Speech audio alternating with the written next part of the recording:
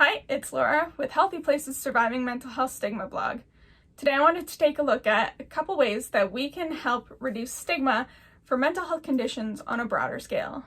What I mean by that is there are a litany of mental health conditions out there, but in conversations and awareness movements that take place today, many of them focus still on two specific conditions, depression and anxiety. Those are definitely still stigmatized disorders. They definitely still deserve to have their stigma combated. But considering there are so many conditions out there, it's helpful to think of the ways that we can not only help the stigma be reduced against those conditions, but also other conditions overall. Part of the problem, I think, comes down to experience with them. For instance, with those kind of known disorders of anxiety and depression, I talk about them and speak out against the stigma against them because I'm familiar with them. But there are other conditions that I don't know a lot about and I don't speak about because I don't have that personal experience with them and I don't necessarily always know how to recognize the stigma against them. But I think even in those circumstances, there are still ways that we can help with the reduction of stigma against those mental health conditions. There are a few ideas that I thought of that I will share with you here, and it starts with encouraging folks with those conditions to share their stories.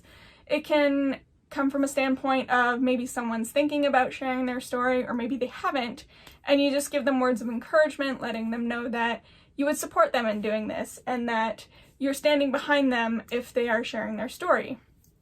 Or maybe you've come across a story from someone with a different mental health condition than you're familiar with.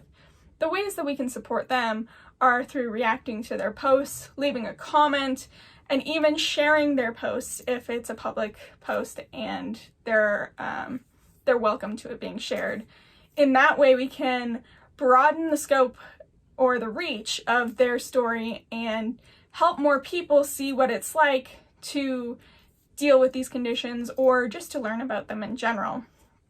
That kind of leads into my second idea, which involves going to consuming, sharing reputable sources for mental health conditions. We know that there's lots and lots of websites on the internet, and so it's important that we're sharing information, especially when it comes to mental health conditions that don't have a lot of knowledge out there about them or a lot of airtime, if you will.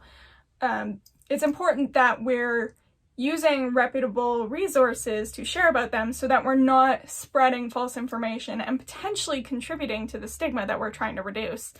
So there are websites like HealthyPlace.com, which I personally enjoy not only because I'm a writer for it, but also because it shows personal perspectives and narratives, and they have resources, information pages, and just a variety of different ways to learn about these conditions if you're not familiar with them.